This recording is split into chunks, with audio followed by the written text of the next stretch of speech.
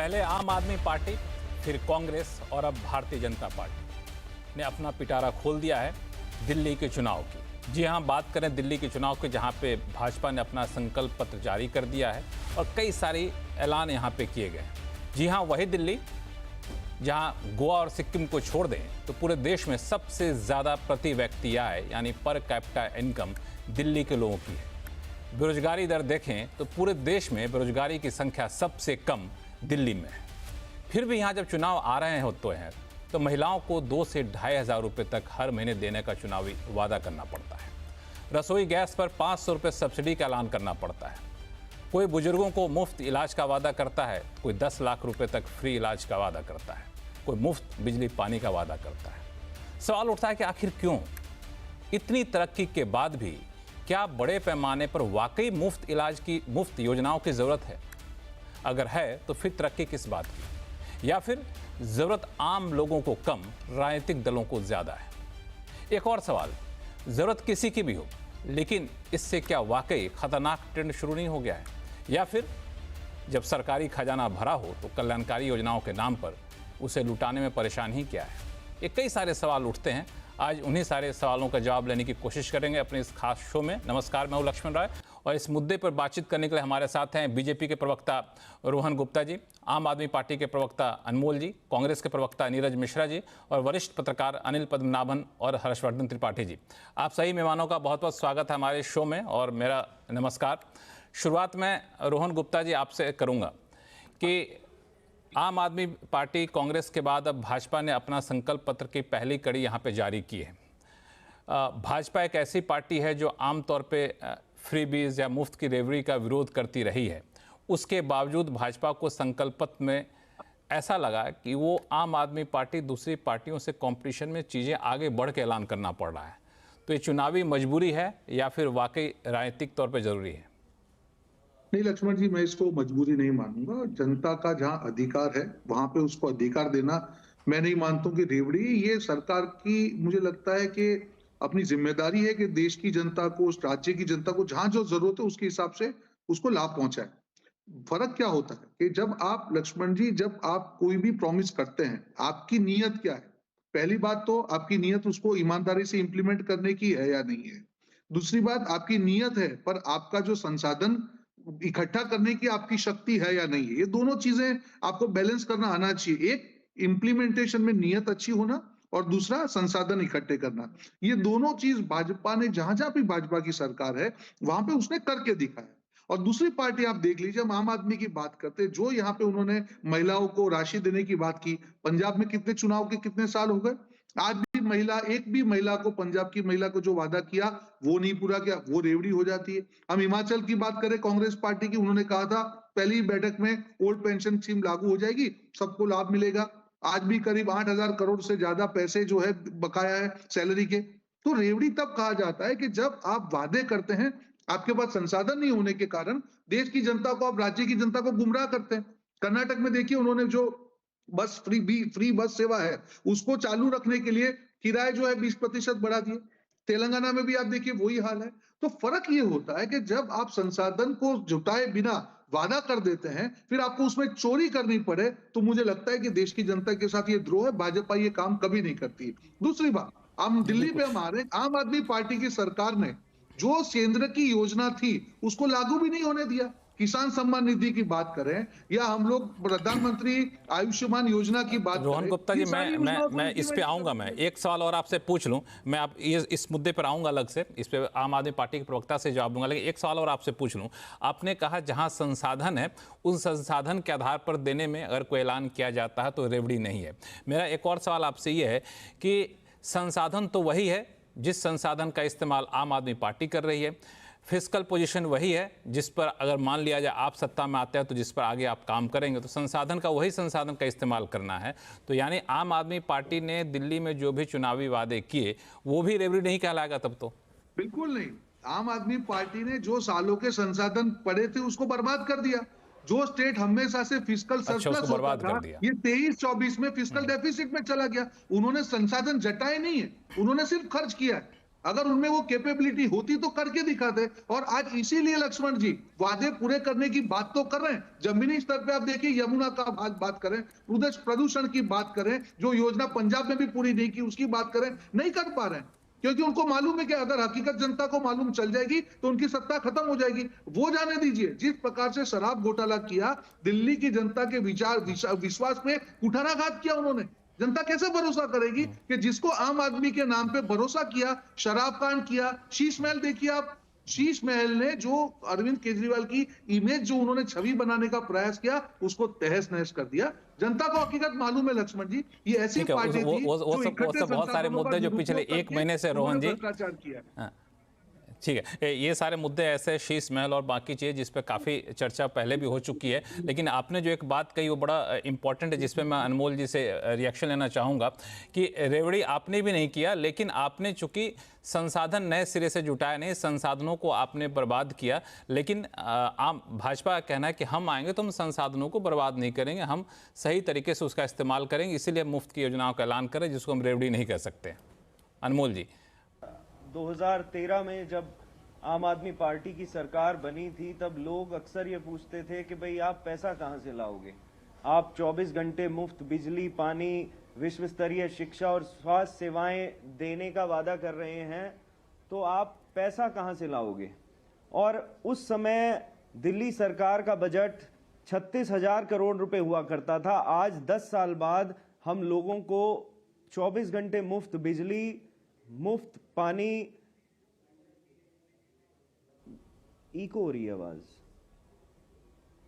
24 घंटे इनकी आवाज को, 24 घंटे मुफ्त पानी, विश्व स्तरीय शिक्षा, विश्व स्तरीय स्वास्थ्य सेवाएं देने के बावजूद आज दिल्ली का बजट मुनाफे में चल रहा है। ना किसी भी तरह का कोई टैक्स लगाया गया, ना किसी भी तरह का जनता के ऊपर कोई बोझ डाला गया, बल्कि उनके टैक्स के पैसे को बेहतर सुविधाओं के माध्यम से उन्हें वापस किया गया। और आने वाले समय में हमने जो योजनाएं अभी जिनकी घोषणा की है, चाहे वो महिला सम्मान योजना हो, जिसके तहत हम दिल्ली की हर महिला को 2100 रुपए प्रति माह देंगे, चाहे वो संजीवनी योजना हो, जिसके तहत हम 60 साल से ऊपर के बुजुर्ग को न केवल सरकारी बल्कि प्राइवेट अस्पताल में भी मुफ्त इलाज देंगे, वैसे ही पुजारी और ग्रंथियों के सम्मान के लिए हमने प्रति माह 20,000 रुपए महीने का आयोजन किया है। तो दिल्ली की जनता को भरोसा है कि हम अपने किए गए वादों को पूरा करते हैं। आज पिछले 10 साल में 1947 से लेकर और 2014 तक दिल्ली में केवल 24,000 क्लासरूम हुआ करते थे। पिछले 10 साल में हमने नए 25,000 क्लासरूम बनाए। 1947 से लेकर और 2014 तक दिल्ली में केवल 68 फ्लाईओवर थे। पिछले 10 साल में हमने 39 नए फ्लाईओवर बनाए। हमने दिल्ली में पिछले 10 साल में 533 नए मोहल्ला क्लिनिक बनाए, 10,000 किलोमीटर की नई सड़कें बनाई, 6800 किलोमीटर की नई सीवर पाइपलाइन डाली हमने। अनऑथराइज्ड कॉलोनियों में हमने इतना काम किया है जितना आज तक कोई सरकार नहीं कर पाई। तो दिल्ली की जनता जो है हमारे सारे काम जो है वो बखूबी जानती है और देख रही है। वहीं दूसरी ओर भारतीय जनता पार्टी, जिसने वादा किया था 10 साल पहले कि वो 10 नए स्कूल, 200 नए कॉलेज खोलेंगे, वो पूरा नहीं किया। पूर्वांचली जो हमारे भाई बहन है, 40 लाख जो दिल्ली में रहते हैं, उन्हें वादा किया था कि उन्हें मालिकाना हक दिया जाएगा, वो पूरा नहीं किया। जहां झुग्गी वहां मकान 2022 तक वादा किया था दिल्ली की जनता को, आज केवल 4700 लोगों को वो मकान दे पाए हैं। हालांकि अनमोल जी, भाजपा तो आज कह रही है, प्रेस कॉन्फ्रेंस आज करके तोड़ चुके, भाजपा ने प्रेस कॉन्फ्रेंस करके कहा कि हम झुग्गी में अटल कैंटीन चलाएंगे, लेकिन आम आदमी पार्टी ने सारी झुग्गियों में आम आदमी कैंटीन चलाने का वादा किया था, कहीं पे पूरा हुआ नहीं। तो ये आरोप प्रत्यारोप का दौर चलेगा, नहीं किसने अपने वादे को पूरा किया, इस पर भी आप लोग से पूछेंगे। लेकिन कांग्रेस के प्रवक्ता नीरज मिश्रा जी है। नीरज मिश्रा जी, जिस तरीके के ऐलान आम आदमी पार्टी ने किए और अब भाजपा कर रही है, तो आपके तो ऐलान बड़े फीके पड़ गए। लक्ष्मण जी देखिए, हम लोग एक बिजनेस चैनल पर हैं तो थोड़ी गंभीरता वाली बात कर लेते हैं कि इस देश की जो अर्थव्यवस्था है उसकी स्थिति क्या है। आप सिर्फ जो इन्फ्लेशन के आंकड़े निकालते हैं वो अक्रॉस सेक्टर एवरेज करके आप देते हैं, लेकिन जो रिटेल इन्फ्लेशन, जो होलसेल इन्फ्लेशन और सबसे ज्यादा जो हमारे पास फूड प्राइसिंग की जो इन्फ्लेशन है, अगर आप वो देखें तो वो तो छत के पार जा चुकी है। तो जब आम आदमी की रसोई के ऊपर हर बार इन्फ्लेशन का जो डाकू है वो जब डाका डालता है तो उसको सबसे पहले ये याद आती है कि काश कोई ऐसी सरकार होती जो हमारी इस स्थिति में कुछ एक आर्थिक मदद करती। तो आज की परिस्थिति ऐसी है जहां पर हम लोगों को जो सोशल जस्टिस के जितने पैमाने थे, उसके साथ इकोनॉमिक जस्टिस का पैमाना बनाने के लिए आज इस तरीके की स्कीम्स लानी जरूरी हो गई। जिस कड़ी में हमने क्या कहा कि हम दिल्ली की महिलाओं को 2500 रुपए प्रति माह देंगे। इस बात को शायद भाजपा ने भी समझा कि भाई ये लोग आर्थिक फ्रंट पर इतने कमजोर हो गए हैं इस इन्फ्लेशन की वजह से कि इनको भी देना पड़ेगा। तो भाजपा ने भी आज 2500 रुपए अनाउंस कर दिए। ऐसे ही जब मेडिकल इन्फ्लेशन की बात आती है, हर साल लगभग 15% से जो अस्पताल में खर्चा होता है इलाज कराने का, वो बढ़ता चला जाता है। तो हमने जैसे राजस्थान में एक चिरंजीवी योजना चलाई थी जिसमें हम 25 लाख रुपए की आपको बीमा देते थे और विदाउट क्वेश्चन आस्क्ड। उसके अंदर ना तो कोई 60 साल का क्राइटेरिया, ना आपकी कोई इकोनॉमिक स्ट्रेटेजी, ना उसमें कोई इकोनॉमिक स्ट्रेटा का कोई पैमाना। हम आपको एक होलसम कवर देते थे। वो सेम हमने जीवन रक्षक योजना दिल्ली की जनता के सामने रखी। हमें यह भी समझ आया कि दिल्ली के अंदर जो पढ़े लिखे बेरोजगार हैं उनके लिए तो कोई सरकार सोच नहीं रही। तो जिस तरीके से कर्नाटक में हम प्रति माह वहां 3,000 रुपए देते हैं बेरोजगार योजना के तहत, हमने वैसी ही एक स्कीम जो हमारे लोकसभा के संकल्प पत्र में थी, हमने वो सामने रखी कि 8500 रुपए जब तक आपको कोई नई नौकरी परमानेंट नहीं मिल जाती, आपके लिए सरकार उसका वहन करेगी। तो आज जो आर्थिक परिस्थितियां हैं उनको मद्देनजर रखते हुए हम लोगों को इन सारी योजनाओं की तरफ देखना पड़ रहा है और हम ये भी मानते हैं कि ये परमानेंट सोल्यूशन नहीं है। हम लोगों को ये जो बिल्कुल, पिछले बहुत 11 बहुत साल अच्छी का बात आपने न्याय कही काल था। नीरज जी ने। बिल्कुल, आप वैसे हैं तो राजनीतिक प्रवक्ता के तौर पे आए हैं, लेकिन आपने बहुत ही वैलिड पॉइंट कहा है कि आर्थिक फ्रंट पे जो मजबूरियां हैं, महंगाई जिस तरीके से बढ़ रही है, उस वजह से यहाँ पे आर्थिक मदद देने की ज़रूरत थी, जो हम लोगों ने चुनावी वादा किया है। अनिल पद्मनाभन साहब, जो दलील यहाँ पे नीरज मिश्रा दे रहे थे, वो कितना आपको वैलिड लग रहा है? इन्होंने साथ में जोड़ा भी, ये भी अच्छी बात है कि ये परमानेंट सोल्यूशन नहीं है। हाँ, लक्ष्मण जी, जो नीरज जी ने अभी हमारे सामने जो वक्तव्य रखा, वो बिल्कुल अच्छा सवाल उठाया है। लेकिन मैं ये सवाल असली सवाल यही है कि आज हमें रेवड़ियां बांटने की मतलब ज़रूरत क्यों है। तो आप मतलब ये सवाल ये सारे राजनीतिक पार्टियों को इसका जवाब देना पड़ेगा। आप 75 साल हो गए देश के आज़ादी के बाद, मतलब आप 10 साल पहले 40 करोड़ लोग गरीबी रेखा के नीचे थे, 40 करोड़ लोगों के पास बैंकिंग अकाउंट नहीं थे। आप और 10 साल पीछे जाइए, और भी बुरी स्थिति थी। तो ये क्यों है कि हमें यूपी में आप ये जो 2019 तक गांवों में, रूरल में नलके में पानी 2% कम था हर हाउस होल्ड में, मतलब 2% हाउस होल्ड्स में ही नलके का पानी आता था। अब ये सवाल ये उठा, ये क्यों हुआ? तो ये तो है नहीं कि आज रेवड़ियां आज बांटनी शुरू हुई। रेवड़ियां भारत की आज़ादी के बाद से टाइम से हेल्प है, क्योंकि ये रेवड़ियां, इसको कहना ही गलत है, ये सोशल वेलफेयर है। अब आप इसको एक एक टारगेटेड लेवल पे दोगे तो ये रेवड़ियां नहीं कहलाएंगे। जैसे कि जब डीबीटी शुरू किया, डीबीटी, अब ये दोनों पार्टियां लड़ते रहते हैं, लेकिन कांग्रेस ने यूपीए की सरकार में इसको पहला टेस्ट रन किया। ये उनकी उपलब्धि नहीं थी कि उन्होंने उसको पूरे लेवल पे स्केल नहीं किया। एनडीए सरकार ने स्केल किया। इससे आप सोचिए 3 लाख करोड़ का सेविंग हुआ गवर्नमेंट के एक्सचेकर का। ये आप पलट के देखिए तो 3 लाख करोड़ भ्रष्टाचार में जा रहा था। ये कुकिंग गैस के जो आधार के साथ जोड़ा, 4 करोड़ डुप्लीकेट अकाउंट निकले। तो हम यही देख, सोशल वेलफेयर के नाम पे भ्रष्टाचार जितना हुआ पब्लिक को नहीं मिला। तो ये जो नीरज जी ने बोला, सही सवाल उठाया है। हमारी आर्थिक स्थिति लोगों में इतनी खराब है। आपने शुरू में कहा पर कैपिटा इनकम दिल्ली में बहुत बड़ा है, ये बात सही है। लेकिन आप पर कैपिटा इनकम मत देखिए, पर कैपिटा इनकम हर लेवल पे देखिए। तो नेशनल लेवल पे 3 लेवल के पर कैपिटा इनकम है। एक है $2,700, एक है $1,500। ये दोनों में कैटेगरी में सिर्फ 30% है। 70% जो है $1,000 का पर कैपिटा इनकम है। वही है दिल्ली का इमेज, दिल्ली में भी वही है। तो 70% लोग जो है $1,000 पर कैपिटा इनकम पर है। तो हम दिल्ली का पर कैपिटा इनकम में देख के गलत मैसेज मतलब गलत अंडरस्टैंडिंग रहेगा हमारा। तो मेरे हिसाब से ये पहला सवाल ये है, ये असली सवाल उठाया इन्हें, लेकिन इन सारे पार्टियों को इसका जवाब देना पड़ेगा। और आखिरी में मैं यही कहूँगा कि मुफ्त में जो है ना, ये हम भारतीयों को ही हम मतलब क्रिटिसाइज करते रहते हैं, लेकिन मैं न्यूयॉर्क शहर में मैंने खुद देखा है, एक फ्री कोल्ड कॉफी के लिए उनके जो गर्मी के मौसम में 1.5 किलोमीटर लंबा क्यू था। इसमें यह तो नहीं था कि सारे भारतीय खड़े थे क्यू में। तो फ्री में सबको ही मोह है, लेकिन सबको अच्छा लगता हम है।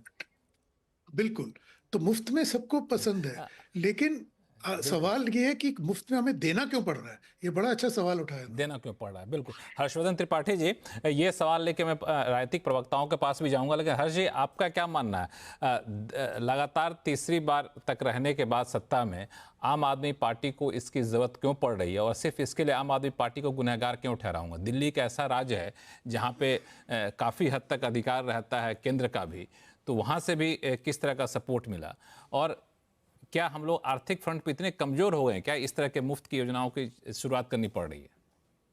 और पब्लिक तो लेगी, जैसा कि बता रहे थे इन्होंने, अनिल जी ने, कि मुफ्त की कॉफ़ी मिल रही थी, लोग लाइन में लग गए 1.5 किलोमीटर। मुफ्त की चीज़ें तो अच्छी तो लगेगी, लेकिन एम्पावर करिए लोगों को, क्यों नहीं कर पा रहे हैं? देखिए, निश्चित तौर पर मुफ्त का मोह छोड़ना वो थोड़ा मुश्किल होता है, और उसका दूसरा पहलू ये है कि किसी भी लोक कल्याणकारी राज्य की परिकल्पना में आप सोशल वेलफेयर करेंगे, लेकिन उस सोशल वेलफेयरिज्म की जो पॉलिसी थी, जिसको हम सोशलिस्ट पॉलिसी कहते हैं, समाजवादी नीतियां कहते हैं, वो नेहरू जी के समय में हुई, और देश कहाँ खड़ा रहा ये कोई बताने की बात नहीं। 3.5-4% की जीडीपी ग्रोथ रेट रही, और हम इसी में परेशान रहे कि कैसे मैनेज करें, क्या करें, चलो किसी तरह से कुछ इंस्टीट्यूशन बना लें, कुछ कर लें। और हम बरसों बरस उन चीजों पर भी काम नहीं कर पाए कि चलो सबके घर में बिजली होनी चाहिए, सबको पानी मिलना चाहिए। और हम अभी अनिल पद्मनाभन जी ने जो बताया कि 2019 की रिपोर्ट उन्होंने बताई। अब उसके बाद क्या होता है कि एक सरकार आती है और नरेंद्र मोदी कहते हैं कि भाई हम जो बेसिक चीजें हैं वो करेंगे। और चूंकि लक्ष्मण जी आप तो सारे बजट लगातार कवर कर ही रहे हैं, अरुण जेटली जी ने बजट भाषण देते हुए कहा था उत्तर प्रदेश की कर्ज माफी की योजना पर कि हम केंद्र से 1 रुपया नहीं देंगे। ये ऑन रिकॉर्ड है, लोकसभा के पटल पर बाकायदा जब बजट भाषण प्रस्तुत किया जा रहा था उसमें अरुण जेटली ने कहा। नरेंद्र मोदी ने क्या कहा था? अगर हम इसी तरह फ्रीबीज के पीछे भागते रहे तो भारत को श्रीलंका बनने में देर नहीं लगेगी। और आज मैं बिना किसी बट के कह रहा हूं, सारे राजनीतिक दलों ने हम मतदाताओं का, कुशल श्रमिकों का, देश के पुरुषार्थी मतदाताओं का अपमान करना तय कर लिया। सरकारी खजाना है, लूट सके तो लूट। ये इनके माता पिता की संपत्ति ही या पूर्वज छोड़ के गए थे, जिसका ये कह रहे हैं कि हम ये करेंगे। और ये सीधे सीधे चुनाव के पहले सरकारी रिश्वत है, जिसमें कोई पार्टी पीछे नहीं रहना चाहता है, जिसको कहते हैं देशज भाषा में कहें तो भाई अपने बाप का क्या जाता है। ये कहते हैं ना आदमी कि अपने बाप का क्या जाता है, और नहीं जाता है तो फिर तो दूसरा भी कहते हैं कि माले मुफ्त दिले बेरहम। अब जब आप इस अंदाज की राजनीति कर रहे हैं, और दुर्भाग्य कि ये चोरी है, चोरी और सीनाजोरी की जा रही है। अरविंद केजरीवाल रेवड़ी पर चर्चा करा रहे हैं। भगवंत मान की सरकार पंजाब में आई थी, सबसे पहले उन्होंने क्या काम किया था आपको ध्यान में है? देश के लोगों को पता होना चाहिए। आए, प्रधानमंत्री जी से आग्रह किया, निवेदन किया कि 1 लाख करोड़ का कर्जा दे दीजिए। नहीं दिया प्रधानमंत्री जी ने कर्जा। क्या हुआ? 1000 रुपए जो महिलाओं को देना था नहीं आया। उस वक्त नवजोत सिंह सिद्धू थे कांग्रेस के नेता, उन्होंने कहा जितनी योजनाओं का ऐलान अरविंद केजरीवाल ने किया है उतना अगर करें तो इस सरकार का बजट ही नहीं, पंजाब के टोटल बजट से कई गुना एक्सीड कर गया। हमने हिमाचल में देखा टॉयलेट टैक्स लगाना पड़ा, हमने कर्नाटक में देखा मल्लिकार्जुन खड़गे जी को कहना पड़ा ये जो शक्ति स्कीम है जो महिलाओं को बस में मुफ्त सफर कराती है, भैया कहां तक ले जाओगे देश को? हम विश्वगुरु बनने जा रहे हैं, टॉप 3 इकोनॉमी में जा रहे हैं, और ये तमाशा। शर्म आनी चाहिए नेताओं को, मैं इसके अलावा और कोई शब्द नहीं कह सकता।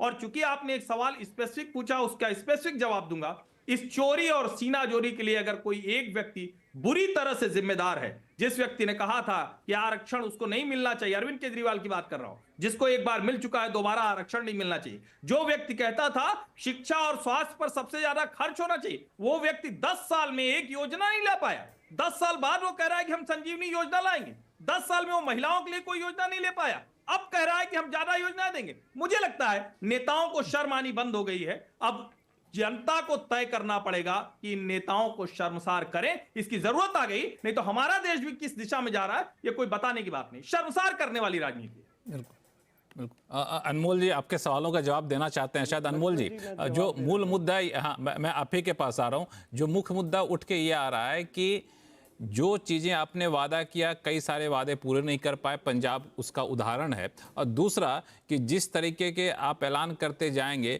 वाकई आपका खजाना इतना भरा पड़ा है क्या? आप जो कह रहे हैं कि बजट में फिस्कल हमारा मजबूत है, तो मैं आप ही के आंकड़े को कह दूं कि 2023-24 में जो रेवेन्यू सरप्लस था वो घट करके 60% घट गया था, 5,769 करोड़ रुपए हो गया था। उसके बाद जब रिवाइज एस्टिमेट आया है तो बताया गया कि अब तो हम करीब 1,500 करोड़ रुपए रेवेन्यू डेफिसिट में जाने वाले हैं।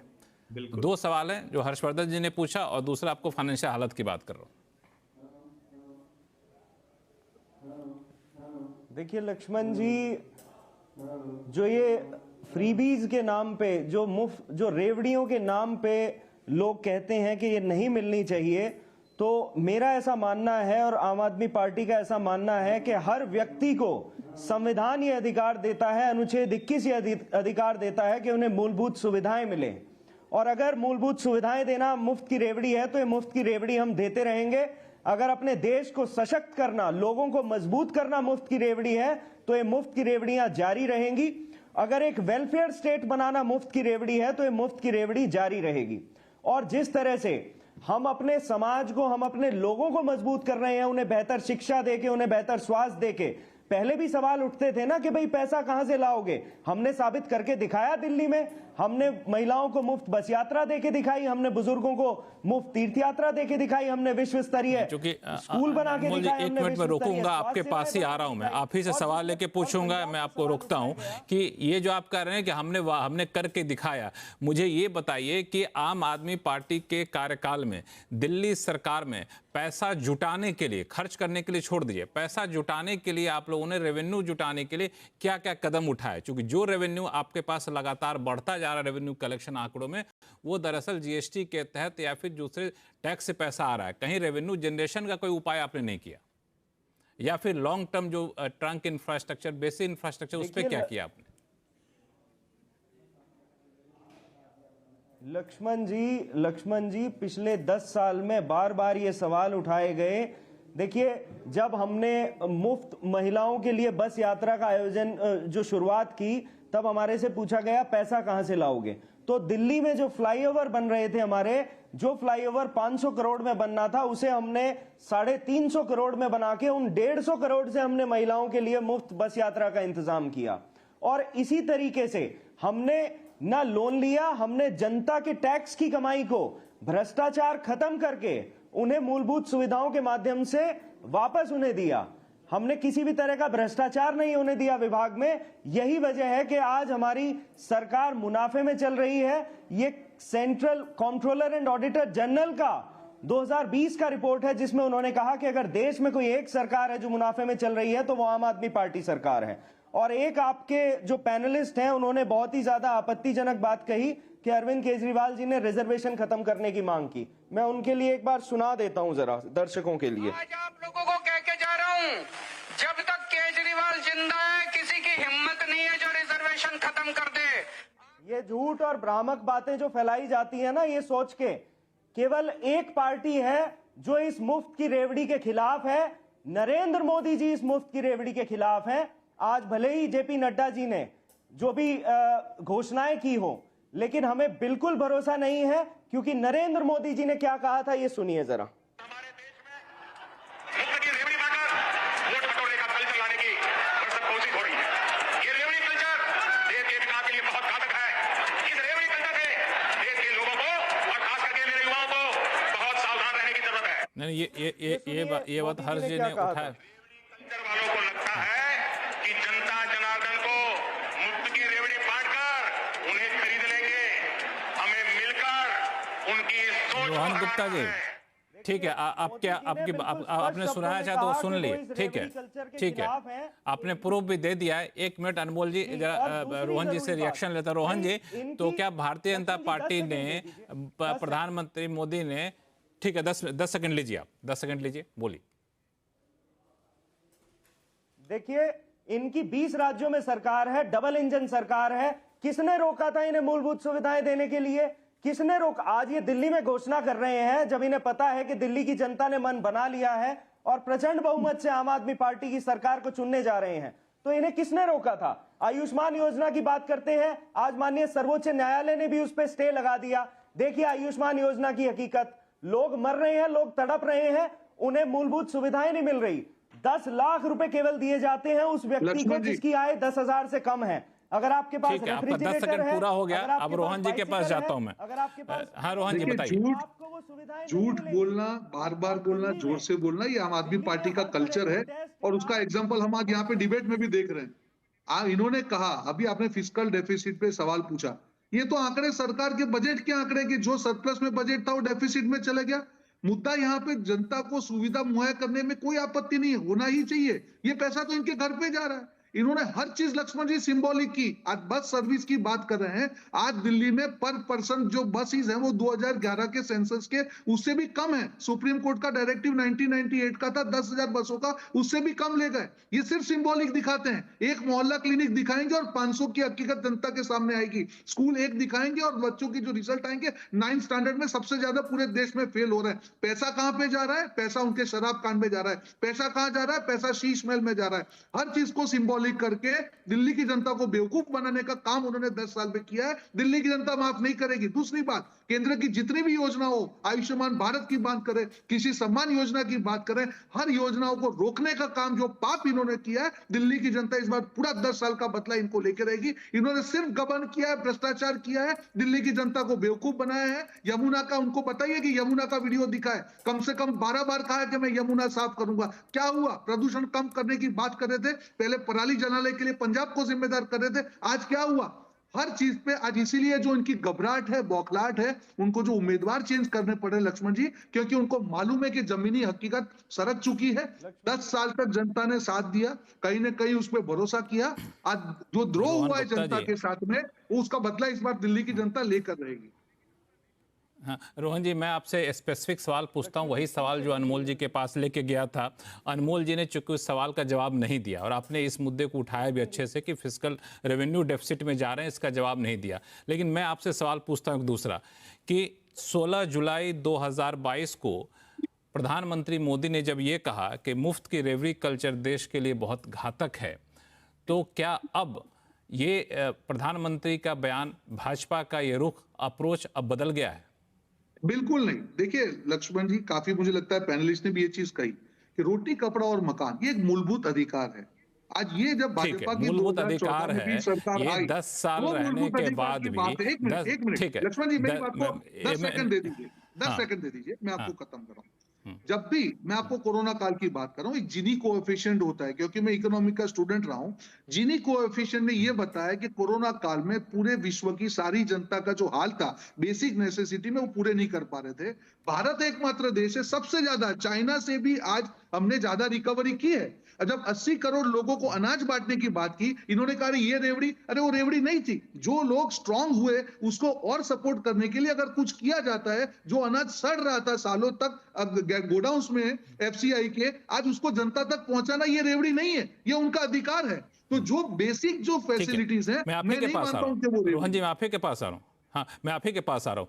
इतने साल शासन करने के बाद भी, 10 साल तो शासन में आपके भी हो ही गए केंद्र में ना, इतने साल शासन करने के बाद भी क्या मूलभूत सुविधाओं को जनता तक पहुंचाने में हम इतने नाकाम हो गए कि हमें ये सारी सुविधाएं मुफ्त में देनी हुई? ठीक है, कोविड का समय आया, उस वक्त जरूरत थी, तात्कालिक जरूरत थी, अनाज सड़ रहे थे, उस वक्त जरूरत थी। अब तो स्थिति ये आ गई है कि अगर हम ऐसे ही मुफ्त अनाज देते रहे तो हमें गेहूं इंपोर्ट करना पड़ जाएगा। तो क्या हम लोग, लक्ष्मण जी आपकी, मुझे लगता है आप जानकारी चेक कीजिए, आज भी हमारा प्रोडक्शन बढ़ा हुआ है, सरप्लस भी बढ़ा हुआ है। और एक चीज मैं आपको कहना चाहूंगा, जो 10 साल पहले जो सिचुएशन थी, प्रोडक्शन सरप्लस बढ़ना जो है, इंपोर्ट 18 करोड़ लोगों को, मैं आपको आंकड़ा भी दे दूंगा, 18 करोड़ लोगों को गरीबी रेखा से ऊपर ले आएगी। आरबीआई का रिपोर्ट है, ये मेरा रिपोर्ट नहीं है। जो उन्होंने इमर्जिंग मार्केट्स की रिपोर्ट थी, आरबीआई का रिपोर्ट है, उसमें क्लियरली कि 18 करोड़ लोग गरीबी रेखा के ऊपर है। बीच में कोविड का पीरियड आया, वापस जो रिकवरी हुई थी वो चली गई। मैं आपको ये कहना चाह रहा हूं कि जो काम 60 साल में नहीं हुआ वो 10 साल में सरकार ने करके दिया है, हर पैमाने पे। आप गरीबी की बात करें, आप जो अनाज की बात करें, हर घर जल की बात करें, मकान देने की बात हो, प्रधानमंत्री आवास योजना में जो प्रोग्रेस हो रहा है, ऐसा प्रोग्रेस ऐतिहासिक तरीके से कभी नहीं हुआ है। जो लोग गरीबी हटाओ की बात कर रहे थे 60 साल के बाद भी, अगर वो लोग बिल्कुल उसमें प्रोग्रेस में, सवाल तो उनको बनता है, उनको जवाब देना चाहिए। पर वापस मैं लक्ष्मण जी ये कहना चाहूंगा कि जनता के मूलभूत अधिकारों को रेवड़ी कहने की हिम्मत कोई नहीं कर सकता है। रेवड़ी तब कहा जाता है कि जब आप हवाई वादे करें और जनता को लाभ ना पहुंचा के अपने घर को भरे, अपने शीश महल को भरे और शराब घोटाला 2000 करोड़ का करके दिल्ली की जनता को चूना लगाए, उसको रेवड़ी कहा जाता है। अनिल पद्मनाभन जी, मेरा सवाल आपसे ये है कि बजाय हम महिलाओं को, मैं आपके पास आऊँगा अनिल जी को एक बार बीच में लाता हूँ, बजाय महिलाओं को 2500 रुपये, 2000 रुपये, 2200 रुपये देने के, बजाय मुफ्त में अनाज देने के, अगर हम ये करते कि हम झुग्गी झोपड़ी में स्किल डेवलपमेंट सेंटर खोलेंगे, लोग को स्किल करेंगे ताकि रोजगार मिल सके, महिलाओं को शिक्षा या फिर हम इंटर्नशिप स्कीम जैसी योजनाएं लाएंगे, उन सब पे ज़्यादा फोकस करेंगे बजाय कि हम डायरेक्ट कैश ट्रांसफ़र करें, ये ज़्यादा समझदारी का फैसला नहीं होता क्या कि बजाय कि हम मुफ्त वाले होड़ में चल पड़े? लक्ष्मण जी, थियोरेटिकली जनता तो पढ़ी लिखी है लक्ष्मण जी जो आप कह रहे हो थ्योरी लेवल पे बहुत ही सही है, लेकिन प्रैक्टिस में ऐसा नहीं होता है। तो वो जो कहते हैं ना अंग्रेजी में चिकन एंड एग, यह कौन सा पहला आया, तो आप इनकी आर्थिक स्थिति जब तक मजबूत नहीं करोगे तब तक इनके जो बाकी स्किल डेवलपमेंट वगैरह नहीं करनी हम कर नहीं सकते। लेकिन हम स्किल डेवलपमेंट नहीं करेंगे तो इनकी आर्थिक स्थिति ऐसी ही रहेगी। तो दोनों एक साथ ही करना पड़ेगा। तो वही मैंने कहा कि एंड अब हमें एक और बात याद रखना है, जो हमारा जो सब एक डंडोरा पीटते हैं सारे राजनीतिक पार्टी, डेमोग्राफिक एडवांटेज, आर्थिक विशेषज्ञ भी, तो ये जो है ये डेमोग्राफिक एडवांटेज, अभी एक हाल में एक रिपोर्ट आया मैकेंजी का, उन्होंने कहा 33 साल और है। तो अगले 33 साल में इंडिया को जो बढ़ना है, विकसित बनना है, जो भी है, बस यही विंडो है। इसके बाद जितने हम आज जो हमारी आबादी कम उम्र की है वो उतना ही बूढ़ा हो जाएगा जैसे चीन का हुआ है। और इसमें महिलाओं का जो वर्क पार्टिसिपेशन है इतना कम है इस वक्त। अब इसको बढ़ाने का यही तरीका है जो आपने बताया, आर्थिक स्थिति मजबूत करो और इनकी स्किलिंग करो और इनको वर्कफोर्स में लाओ, नहीं तो ये डेमोग्राफिक एडवांटेज भी आपके हाथ से फिसल जाएगा। तो मेरे हिसाब से ये नीरज मिश्रा जी, नीरज मिश्रा जी आपको बीच में लाना चाहूँगा, क्योंकि जो अनिल पद्मनाभन सर ने बताया कि ये मजबूरी होती है और थ्योरेटिकली जो मैं कह रहा हूँ सही है, लेकिन अभी फिलहाल हमको तो उनको मजबूत करना है। लेकिन समस्या यही होता है कि आपको रिसोर्सेज कहाँ है, पैसा कहाँ से लाएंगे? दिल्ली जैसा आर्थिक रूप से संपन्न राज्य अब जा रहा है रेवेन्यू डेफिसिट में, और आप तो जिस तरह से बातें किए मुझे लगता है कि आप अर्थव्यवस्था पे काफ़ी पैनी नज़र भी रखते हैं। आपको पता है कि डायरेक्ट सब्सिडी देने पर अब यहाँ तक कि वर्ल्ड बैंक जैसी संस्थाएं रोक लगा रही हैं। अब बहुत दिनों तक ये सब चला नहीं सकते, तो ऐलान करते जाएंगे, सरकारी खजाना खाली होता जाएगा, स्थिति तो बहुत भयानक हो जाएगी। और चुनाव आयोग ने बड़ा सही कहा कि अब भविष्य की पीढ़ी पर आप क्यों बोझ डाल रहे हैं, उनको संकट में क्यों डाल रहे हैं?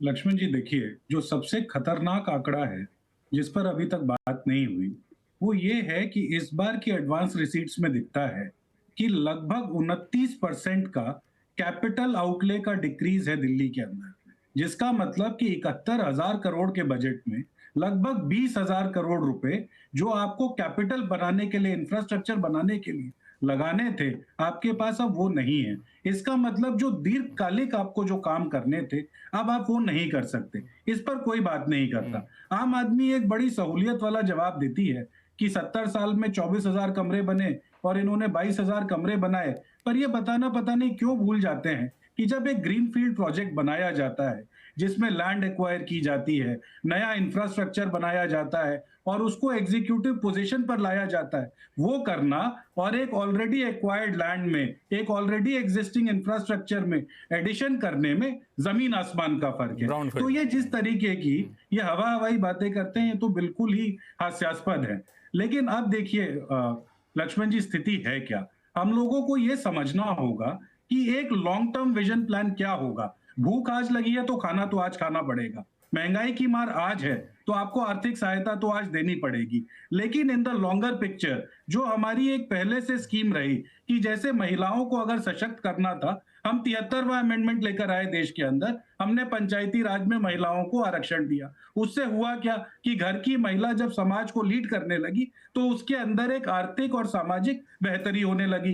देश के अंदर बिल्कुल आपने सही कहा, जो लॉन्ग टर्म और शॉर्ट टर्म प्लानिंग होती है तो फिर उसका अलग इम्पैक्ट पड़ता है। एक जो अनमोल जी जो इन्होंने एक बात कही, बड़ी सही बात है कि आप जो है कैपिटल फॉर्मेशन पे जो आपका पैसा खर्च होना था वो आप लोग वहां नहीं कर रहे हैं। उससे जो फायदे इन्होंने बताए वो तो फायदे हैं ही, साथ में आपको रोजगार भी तत्काल मिलता है। फ्लाईओवर बना रहे हैं, बड़े बड़े इंफ्रास्ट्रक्चर बना रहे हैं, तो वहाँ पे तत्काल रोजगार के भी मौके मिलते हैं। रोजगार मिल गया तो फिर इन सारे रेवड़ी की जरूरत पड़ेगी नहीं, वहीं कटौती किए जा रहे हैं जड़ में।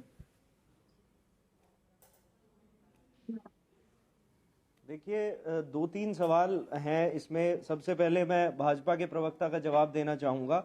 इन्होंने कहा कि पंजाब में हमने अभी तक नहीं दिया। पंजाब में हमने जो जनता से वादे किए थे 80% से ज्यादा जो वादे हैं वो पूरे किए गए हैं।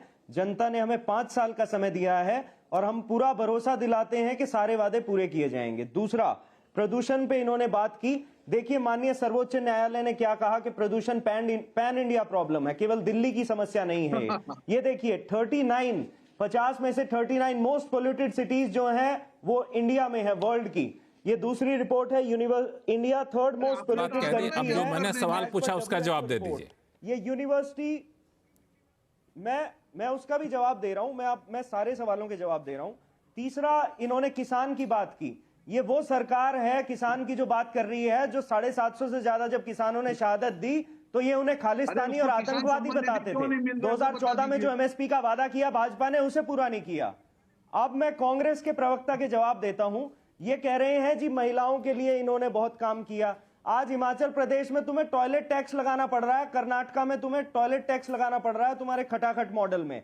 और महिलाओं की इतनी चिंता होती तो तुम्हारे नेता संदीप दीक्षित जो है वो अरविंद केजरीवाल जी के खिलाफ एफआईआर ना कराते। वो भी इसलिए कि उन्होंने महिला सम्मान योजना लागू की।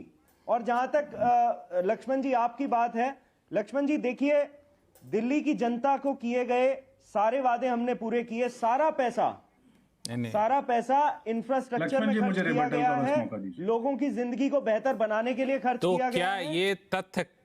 क्या ये तथ्य गलत है कि कैपिटल फॉर्मेशन पे, कैपिटल इंफ्रास्ट्रक्चर पे, एक्सपेंडिचर पे आपने खर्च कम नहीं किए? जो 36% का आंकड़ा नीरज मिश्रा जी ने दिया, वो आंकड़ा नीरज मिश्रा जी का अपना नहीं है, वो 29% वो आपके बजट का आंकड़ा है। मैं कह रहा हूँ नहीं झूठ, मतलब तब तो आपका डॉक्यूमेंट झूठ बोल रहा है। इसका मतलब देखिए, बिल्कुल तब तो आपका डॉक्यूमेंट झूठ बोल रहा है। ठीक है, इस पे हम हर्षवर्धन त्रिपाठी को जोड़ना चाहते हैं। हर्षवर्धन त्रिपाठी, मुझे सिर्फ एक लाइन बोलने का मैं आऊंगा आपके पास। मिश्रा जी आपके पास आऊंगा। त्रिपाठी जी कुछ बोलना चाहते हैं। त्रिपाठी जी देखिए, मैं तो ये उम्मीद कर रहा था लक्ष्मण जी कि आपने सीधे 2 सवाल पूछे, मैंने भी सीधे ही सवाल पूछे, लेकिन आम आदमी पार्टी के प्रवक्ता जलेबी ऐसी बनाते हैं। एक सी ट्रेनिंग दे दी है अरविंद केजरीवाल ने सबको।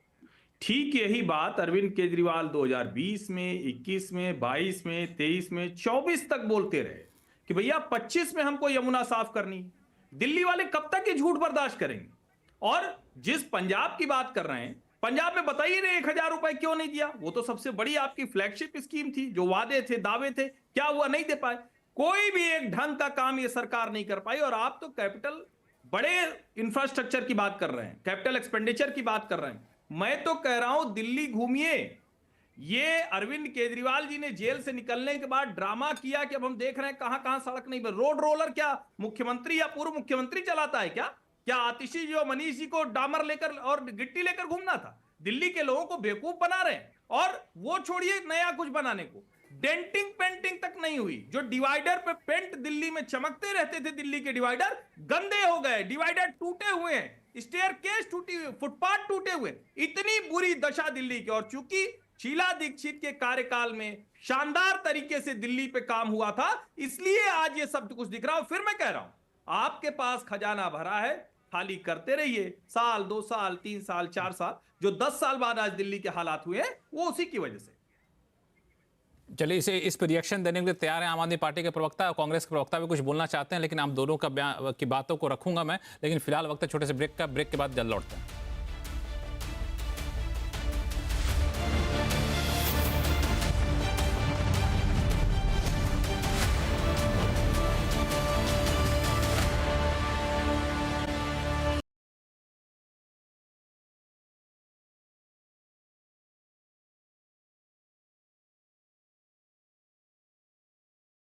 हम लोग चर्चा कर रहे हैं कि हर राजनीतिक पार्टी जिस तरह के चुनावी वादे दिल्ली में कर रहे हैं उसके क्या मायने हैं और क्या राजनीतिक मजबूरी है या फिर सामाजिक तौर पे ये ज़रूरी है। और हमारे साथ जुड़े हुए हैं सभी विशेष मेहमान। नीरज मिश्रा जी, अनमोल जी, आपके पास आऊँ, लेकिन एक छोटा सा शुरुआत में मैं अनिल जी के पास जाना चाहूँगा। अनिल पद्मनाभन साहब, जो अभी मुद्दा हर्षवर्धन त्रिपाठी ने उठाया, जो सबसे ज्वलंत मुद्दा ये बना हुआ है कि आखिर धीरे धीरे चल के सरकारी खजाने पे इतना ज़्यादा बोझ पड़ेगा कि आप पैसा कहीं से जुटाने की भी हालत में नहीं रहेंगे। दिल्ली की हालत ये है कि दिल्ली को जाना पड़ा केंद्र सरकार के पास कि आप हमें पैसा दे दीजिए, जो स्टेट फंड का होता है, चूँकि वहाँ पे सबसे ज़्यादा हाईएस्ट रेट इंटरेस्ट रेट लगता है। वो फिर जापान ने जो मेट्रो का लोन दिया, उस लोन चुकाने में दिक्कत हो रही है, यहाँ तक नौबत पहुँच चुकी है अभी। तो ये लगातार चलता रहा तो सिचुएशन बहुत ख़राब हो सकती है। लक्ष्मण जी, वो आपका कहना बिल्कुल सही है, लेकिन इसका एक ही तरकीब है, बिकॉज ये जो कमिटमेंट है इसको तो रोल बैक कोई नहीं कर सकता, चाहे कांग्रेस सरकार आ जाए, बीजेपी सरकार आ जाए, तो ये तो रहेगा। लेकिन इसका एक दूसरा तरीका है कि आप इकोनॉमी को ग्रो करिए। अब दिल्ली एक इतना अच्छा शहर है, मतलब एक लोकेशन, सेंट्रल लोकेशन है, इसके आसपास एक तो एयरपोर्ट लोकल है और दूसरा नोएडा में जो नया एयरपोर्ट आ रहा है, तो जितना इसका एक एक डेस्टिनेशन बन सकता है, बहुत अपॉर्चुनिटी है। तो जैसे कहते हैं ना, वो मतलब आर्थिक, अगर आप इकोनॉमी को ग्रो करोगे तो उसमें से मुनाफा जो भी रिटर्न्स मिलेगा उसको आप सोशल वेलफेयर में करते रहो। लेकिन जितना आप ये सोशल वेलफेयर से लोगों को इकोनॉमिक एम्पावरमेंट दोगे, उससे वो भी स्टेक होल्डर बनेंगे, उतना ही आपकी आर्थिक स्थिति बढ़ेगी। तो इसको एक इधर और ऑप्शन में मत देखिए, मतलब कि ये हो या वो हो। तो सोशल वेलफेयर जारी रहे, लेकिन इसको टारगेटेड रहे, इसमें फजूल खर्चे ना हो, जैसे मैंने शुरू में आंकड़े आपके सामने रखे, और ओवरऑल इकोनॉमी को ग्रो करिए। जैसे काफी वक्ताओं ने बोला इंफ्रास्ट्रक्चर की स्थिति बड़ी खराब है, इसको आप इम्प्रूव करिए, निवेश खुद ही आएगा। बिल्कुल, आपने बहुत सही कहा कि ठीक है, आप सोशल वेलफेयर करते रहिए, जिसको मुफ्त की रेवड़ी लोग कह रहे हैं, लेकिन उस वेलफेयर के साथ साथ आप पैसा जुटाने के जो रिसोर्सेज हैं उसको ही बढ़ाते रहिए। जब पैसा आता जाएगा तो ठीक है, खर्च करते रहिए। नीरज मिश्रा साहब, आपको जोड़ना चाह रहे थे, उसके बाद मैं जाऊंगा रोहन गुप्ता जी और अनमोल जी के पास। लक्ष्मण जी, मैं यही कहना चाह रहा था, क्योंकि भ्रम तो बहुत फैलाया जाता है। देश के अंदर दो मॉडल हैं। एक मॉडल जो भाजपा और आम आदमी पार्टी चलाती है, जिसके अंदर फिस्कल प्रूडेंस की कमी है। एक ये मॉडल सामने कर्नाटका का है, जो मैं आपको दिखा रहा हूं। इस मॉडल में देखिए साफ साफ क्या लिखा हुआ है। कर्नाटका देश का दूसरा सबसे ऐसा तेजी से बढ़ने वाला राज्य है जहां पे फॉरेन डायरेक्ट इन्वेस्टमेंट हो रही है, और उसने गुजरात को भी सरपास कर दिया है। ईयर ऑन ईयर 11.5% का एफडीआई का ग्रोथ है।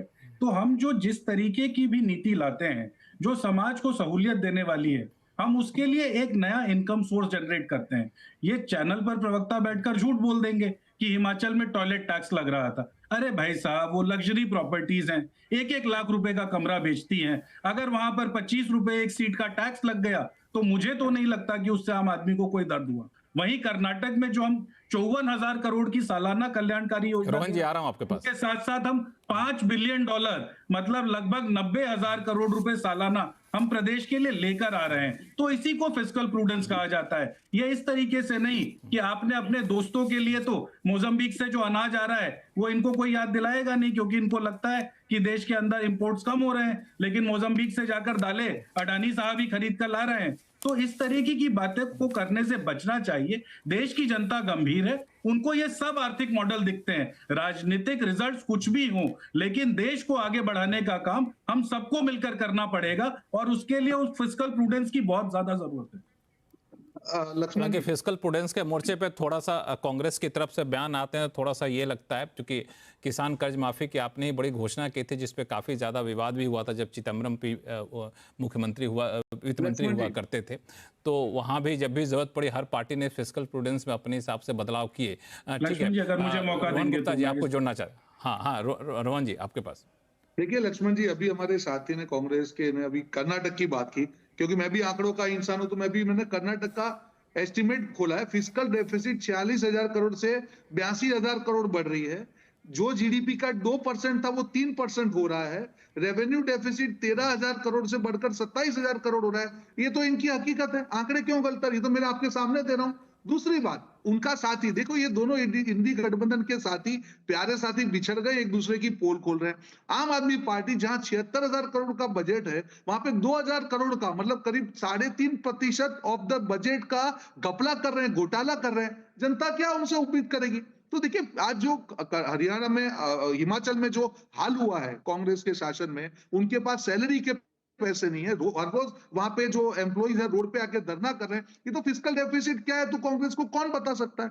तो मुझे लगता है कि जो कथनी और करनी में दोनों पार्टी के जो फर्क है, दिल्ली की जनता वो देख रही है। और आज जो दिल्ली में भाजपा ने जो भी वादे किए हैं, वो ऐसे वादे हैं, वो जो अटल कैंटीन की बात हो या महिला सम्मान की बात हो या गैस सिलेंडर की बात हो, ये सारे ऐसे वादे हैं जहां जहां भाजपा की सरकार है वो उन्होंने पूरा करके दिखाया है। तो ये तो दिल्ली की जनता भली बात ही जानती है कि कांग्रेस जो अगर ला दिया तो क्या हिमाचल में हाल किया, आज अगर आम आदमी पार्टी को रिपीट किया तो क्या हाल किया पंजाब में। तो मुझे लगता है कि इस बार भरोसा होगा, आंकड़ों की बात हो, फिस्कल प्रूडेंस की बात हो, नीति की बात हो, नियति की बात हो, इंप्लीमेंटेशन के कमिटमेंट की बात हो, कहीं पे भी आप आम आदमी पार्टी या कांग्रेस पार्टी भाजपा की टक्कर में नहीं है। और ये हकीकत दिल्ली की जनता इस बार समझ चुकी है। अनमोल जी, लक्ष्मण जी सिर्फ एक लाइन देखिए, केंद्रीय सरकार का ही आंकड़ा है ना कि वो जो हिमाचल में फ्लैश फ्लड हुआ, लगभग 8400 करोड़ रुपए केंद्र सरकार को देने हैं। ये तो एनडीआरएफ का आंकड़ा है, ये हमारे प्रदेश ने नहीं बनाया। और उसके ऊपर एक बार शायद लोकसभा के समय प्रधानमंत्री जी ने कहा हम 200 करोड़ देंगे, वो भी नहीं दिया।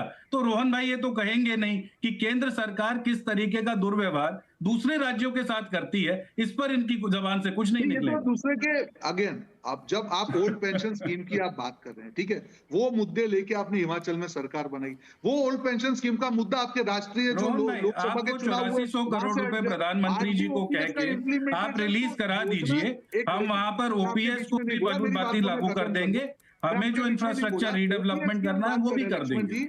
ये एक राइट एग्जांपल है कि किस प्रकार से जो है कांग्रेस पार्टी ने बेवकूफ बनाया। आज ओपीएस को लागू करने के बाद में उनको समझ में आ गया, तो जब उनका लोकसभा के चुनाव आए, ओपीएस कहीं पे चला गया, क्योंकि आज भी हिमाचल के जो एम्प्लॉय उसको ओपीएस नहीं मिला। सबसे ज्यादा सरकारी कर्मचारियों की जो तादाद है वो हिमाचल में है। जब देश की जनता एक राज्य में देखती है कि वहां पे बेवकूफ बना गया, कहां से भरोसा करेगी? क्यों ओपीएस को निकाल दिया? अगर आपको लग रहा था कि ओपीएस आपकी अच्छी स्कीम है, क्यों आपके जो लोकसभा के चुनाव है उसके बाद कोई भी इलेक्शन में ओपीएस कहीं पे नहीं दिखा? तो ये नहीं होता, इसी को तो यूटर्न बोलते हैं। जनता इस पर भरोसा नहीं करती है। अगर आप कोई वादा करते हैं, आपको एक राज्य में किया तो दूसरे राज्य में करके दिखाइए, उसी को तो विश्वसनीयता। रोहन जी, एक मिनट रोहन जी, एक छोटा सा जवाब नीरज जी से लेते हैं, फिर अनमोल जी के पास चलेंगे जो बहुत देर से चुप बैठे हुए हैं। नीरज जी, छोटा जवाब रखिएगा। लक्ष्मण जी देखिए, केंद्र सरकार ने हिमाचल में पैसे नहीं दिए, उसकी वजह से जो वित्तीय ऊपर नीचे हुआ। अब मैं ओपीएस पर आ जाता हूं। रोहन भाई हमारे साथ कांग्रेस पार्टी में हुआ करते थे, राजस्थान खूब इनका जाना आना होता था। इनको ध्यान होगा, राजस्थान में क्योंकि कोई ऐसी आर्थिक चुनौती नहीं रही, हमने तो वहां ओपीएस भी डिक्लेयर कर दिया और हमने लगातार दिया। तो जहां पर हमारी स्थिति ठीक रही, क्योंकि हिमाचल में केंद्र सरकार की नाकामी है, उस पर रोहन भाई से नहीं बोला जाएगा। केंद्र सरकार के आंकड़े हैं, आप 84 करोड़ रुपए छोड़ दीजिए, आप वो वापस दे दीजिए 84 करोड़ रुपए, हम लोग उसको दोबारा से लागू कर देंगे। अगर पार्टी ने ये कहा कि पहले ही कैबिनेट में हम ये फैसला लेंगे, तो केंद्र सरकार कैसे बीच में आई? चुनाव नहीं, वो तो पहले ही कैबिनेट पे हुआ। आप दोनों लोग शांत हो जाइए। अनमोल जी, ये सारे सवाल इसलिए उठ रहे हैं कि मुद्दा यह है कि जो भी आप वादा करते हैं उसको निभाते नहीं। ये आरोप कांग्रेस वाले बीजेपी पे लगाते हैं, बीजेपी वाले कांग्रेस पे लगाते हैं, दोनों मिलकर आप पे लगाते हैं, आप दूसरों पे लगाते हैं। तो मेरा ये कहना है कि आरोप तब लगता है जब लोगों को लगता है कि उसको पूरा कैसे करें, इसका रोड मैप बताएं। तो आप तो सरकार में हैं, सारे आंकड़े आपके पास है, सारी तस्वीर आपके पास क्लियर है, तो आप क्यों नहीं बता देते इन ऐलानों के साथ जी ये हम ऐलान करेंगे, इस पर इतना खर्चा आएगा, ये हम यहाँ से पैसा जुटाएंगे और इस तरीके से हम देश राज्य की वित्तीय स्थिति को मजबूत रखेंगे। लक्ष्मण जी देखिए, कांग्रेस और भाजपा का काम ही आरोप लगाना, गाली देना और राजनीति करना है। आम आदमी पार्टी का काम है लोगों के लिए, जनता की भलाई के लिए काम करना। हमने देखा कि कैसे दिल्ली में पर कैपिटा इनकम जो है 4,61,000 है, जो देश में सबसे ज्यादा है आज किसी भी राज्य की। हमने ये देखा कि किस तरह से दिल्ली में इन्फ्लेशन सबसे कम है आज। देश में 5.6% है, दिल्ली में 2.3% है। ग्रॉस स्टेट डोमेस्टिक प्रोडक्ट जो है वो दिल्ली में 18% से ज्यादा टैक्स कलेक्शन हुआ है, बढ़ोतरी हुई है टैक्स कलेक्शन में पिछले साल के मुकाबले। तो दिल्ली सरकार जो है अपने लोगों को मजबूत कर रही है, ह्यूमन रिसोर्स में हम इन्वेस्ट कर रहे हैं, हम लोगों के लिए जॉब अपॉर्चुनिटीज क्रिएट कर रहे हैं, जिससे इकोनॉमी को जरूर फायदा मिल रहा है। और यही कारण है कि पिछले 10 साल में हम इतने सारे किए हुए जो हमने वादे किए थे जनता से वो पूरे कर पाए हैं। हम महाराष्ट्र की तरह 7 लाख करोड़ के कर्जे में नहीं है, हम गुजरात की तरह 4 लाख करोड़ के कर्जे में नहीं है, हम मध्य प्रदेश की तरह 4.5 लाख करोड़ के कर्जे में नहीं है, हम उत्तर प्रदेश की तरह 7.5 लाख करोड़ के कर्जे में नहीं है। तो हम अपने जो कहते हैं वो हम वादा पूरा करते हैं और आने वाले समय में भी हम अपने किए हुए वादे पूरे करेंगे। और जो भारतीय जनता पार्टी जो आज ये कह रही है कि जी आज इनके राष्ट्रीय अध्यक्ष कह रहे थे जी हमने 500 में से 499 वादे पूरे किए। भाई आप बताइए 15 लाख दिए क्या आपने? आप बताइए 20 करोड़ रोजगार दिए क्या? आप बताइए किसानों को एमएसपी दी क्या? आप बताइए पक्का मकान दिया क्या? आप बताइए रोजगार दिया क्या? आप देखिए आज देश में कितनी महंगाई हो चुकी। आप ये बताइए कि आपने जो किसानों को वादा किया था कि उनकी आय दुगनी हो जाएगी वो आपने किया क्या? आपके सारे कर्ज जो हैं, सारे राज्य जो हैं वो कर्ज में डूबे हुए हैं। और अगर आप वाकई में लागू करना चाहते तो अपने 20 राज्यों में करते ना, फिर इंतजार किसका था? आप अरविंद केजरीवाल जी का इंतजार कर रहे थे, उनके सर्टिफिकेट का इंतजार था। ये जो दिल्ली में ये सारे ऐलान कर रहे हैं तो ठीक है, आपकी सरकार भी कई राज्यों में है, वहां भी कुछ लागू कर दीजिए ये सारी चीजें। दिल्ली तो चुनाव में आकर के ऐलान दे रहा हूँ। अटल कैंटीन की बात करें, वो भी इम्प्लीमेंट किया हुआ सब जगह, जहां जहां पे भी योजना है वहां पे किया और वहीं लेके आए। वही तो बोल रहा हूँ, टॉक वॉक द टॉक, यही हम कर रहे हैं। देखिए किस प्रकार से झूठ आम आदमी पार्टी के प्रवक्ता दल फैला रहा है। मैं चैलेंज करता हूं कि इस आंकड़े को झूठ साबित करके दिखाए। 2022-23 में वहां पे दिल्ली में फिस्कल सरप्लस था 0.4% ऑफ जीएसडीपी। 2023-24 में डिफिसिट में चला गया 0.7। ये आप आंकड़ा झुटला के मुझे दिखा दीजिए। आपने कहा कि हमने कौन से संसाधन आपने किए? 10 साल से आपके शासन में जितना भी फिस्कल सरप्लस था वो डेफिसिट में चला गया, प्लस 2000 करोड़ का घोटाला आप जोड़ दीजिए। हाँ, वो घोटाला नहीं करते तो शायद आपकी थोड़ी सरप्लस बचती। ये तो आपके घर में गया है, थोड़ा शीश महल भी उसमें जोड़ दीजिए 100-200 करोड़ का। तो हकीकत तो बताइए, आंकड़ों को क्यों झूठला रहे हैं आप फिस्कल डेफिसिट, जो फिस्कल सरप्लस वाला स्टेट था उसको फिस्कल डेफिसिट में लेके गए हैं। ये तो जनता के सामने हकीकत है, ये दिल्ली की जनता जानती है। और उसके ऊपर आपने करप्शन की मांग कर दी। वो आम आदमी पार्टी सादाई के नाम पे, स्वच्छता के नाम पे, भ्रष्टाचार मुक्ति के नाम पे शासन में आई थी। हर जगह पे आपने जो दिल्ली की जनता को चोट की है, कोई भरोसा नहीं करेगा। झूठ तो कम बोलिए, कितना झूठ बोलेंगे? पब्लिक ट्रांसपोर्ट की बात कर रहे हैं, आज आपने बसें ही कम कर दी। अनमोल जी 30 सेकंड आपके पास है, फिर मुझे अनिल पद्मावत साहब के पास जाना। 30 सेकंड आपके पास है, फिर अनिल जी के पास जाऊंगा मैं। 30 सेकंड। देखिए हमने तो कैबिनेट में महिला सम्मान योजना पास भी कर दी थी। देखिए रुक जाइए, हमने तो नहीं आप रोहन जी डिस्टर्ब, आप एक बार रुक जाइए, मैंने इंटरप्ट नहीं किया। देखिए ये ऐसा इसलिए होता है जब वो बौखला जाते हैं ना। मैंने इनके कर्जे बता दिए राज्यों के तो ये बौखला गए। हमने तो महिला सम्मान योजना पास कर दी जिसमें 1000 रुपए दिए थे हमने, और हम 2100 का वादा किया था। लक्ष्मण जी ये तरीका है डिबेट का। लक्ष्मण जी मैंने इंटरप्ट किया था, बोले नहीं, रोहन जी चुप हो गए। रोहन जी चुप हो गए, बोलिए। ये रही इनकी महिला, ये रही मध्य प्रदेश में देखिए इनकी सच्चाई। 1.5 साल से किसी भी महिला का रजिस्ट्रेशन नहीं हुआ। इनकी तो सरकार है, वहां पे 1.5 करोड़ महिलाओं को अब तक नहीं मिली। ये रही इनकी सच्चाई। और ऐसा इसलिए है, इनके राज्य कर्जों में इसलिए है क्योंकि ये देखिए, ये रहा इनका द्वारका में करप्शन, ये रहा इनका 25,000 करोड़ का गुजरात में करप्शन, ये रहा इनका 150 करोड़ का मध्य प्रदेश में करप्शन। ये सारे मैं आपको आंकड़े बता रहा हूं। ये रहा 110 करोड़ का मध्य प्रदेश में करप्शन। अब क्योंकि शो का समय थोड़ा सा मैं खत्म हो रहा है तो मैं आपको रोकूंगा यहीं पे। मैं एक छोटा सा कमेंट में अनिल जी आपका लूंगा मैं, कि ये ठीक है आरोप प्रत्यारोप चल रहा है, हर कोई अपना वादा कर रहा है, लेकिन मुझे बार बार जब भी ऐसा डिबेट करता हूं तो मुझे चुनाव आयोग का वो प्रस्ताव याद आ जाता है, जब चुनाव आयोग ने कहा था कि जो भी राजनीतिक पार्टियां कुछ वादा करती हैं तो उसको कैसे पूरा करेंगे उसका एक रोड मैप भी देना चाहिए। हालांकि बाद में चल के सलाह मशविरा तक बात गई, कोर्ट तक बात गई, लेकिन ये आइडिया बड़ा अच्छा लगा। अनिल जी, आपको लगता है कि अब समय आ गया है कि पॉलिटिकल पार्टी इस पर डिबेट करे? लक्ष्मण जी, ये आपके जो सही कह रहे हो सही है, लेकिन थियोरेटिकल लेवल पे बहुत ही उम्दा सजेशन है आपका। बट ये डिबेट करेंगे। आप अभी 1 घंटे से डिबेट देख रहे हैं, जो ओरिजिनल आपका सवाल है उसका जवाब तो अभी तक आपको मिला नहीं, और इधर उधर हम बाकी विषयों में चले गए। लेकिन डिबेट करने के लिए एक लेवल का एक मतलब म्यूचुअल ऑनेस्टी होना चाहिए। आप म्यूचुअल संसद में ऑनेस्टी होना देखिए, चाहिए। हर्षवर्धन त्रिपाठी, 15 सेकंड का आपसे कमेंट लूंगा, शो खत्म हो चुका है, कि बीजेपी तो सबसे बड़ी पार्टी है, सबसे ज्यादा राज्यों में शासन करती है, फिस्कल प्रूडेंस का सबसे ज्यादा हिमायती रही है, इस डिबेट की शुरुआत तो बीजेपी को कर देना चाहिए, क्यों? नहीं, प्रधानमंत्री ने किया। आप केंद्रीय चुनाव में देखिए, भारतीय जनता पार्टी ने कोई फ्री बीज पॉलिटिक्स नहीं की, लेकिन यहां वो दबाव में है और ये दुर्भाग्यपूर्ण है। और मैं फिर कह रहा हूं, आप आम आदमी पार्टी से पंजाब पूछ रहे थे, दिल्ली में ही आज चिट्ठी लिख रहे हैं 50% दे दिया होता ना छात्रों को। इतनी बेईमानी लेके राजनीतिक पार्टियां कैसे चल पाती हैं, ये ठीक बड़ा है। अब लोकतंत्र। शो का समय हमारा खत्म हो रहा है। हर्षवर्धन जी, आपको ये बीच में रोक रहा हूं मैं, हर्षवर्धन जी ने लेकिन भी सबसे आज अच्छी मान बात ये रही, सबसे अच्छी बात ये रही कि सभी राजनीतिक दलों के प्रवक्ताओं ने बिल्कुल आंकड़ों के साथ आए, पूरी तैयारी के साथ आए। थोड़ी बहुत राजनीतिक बहस तो हो जाती है, लेकिन बड़े तथ्यपरक बातें आप लोगों ने की। आप सही मेहमानों का बहुत बहुत शुक्रिया हमारे शो में जुड़ने के लिए। आवाज अड्डा में फिलहाल इतना ही। देखते रहिए CNBC आवाज। नमस्कार।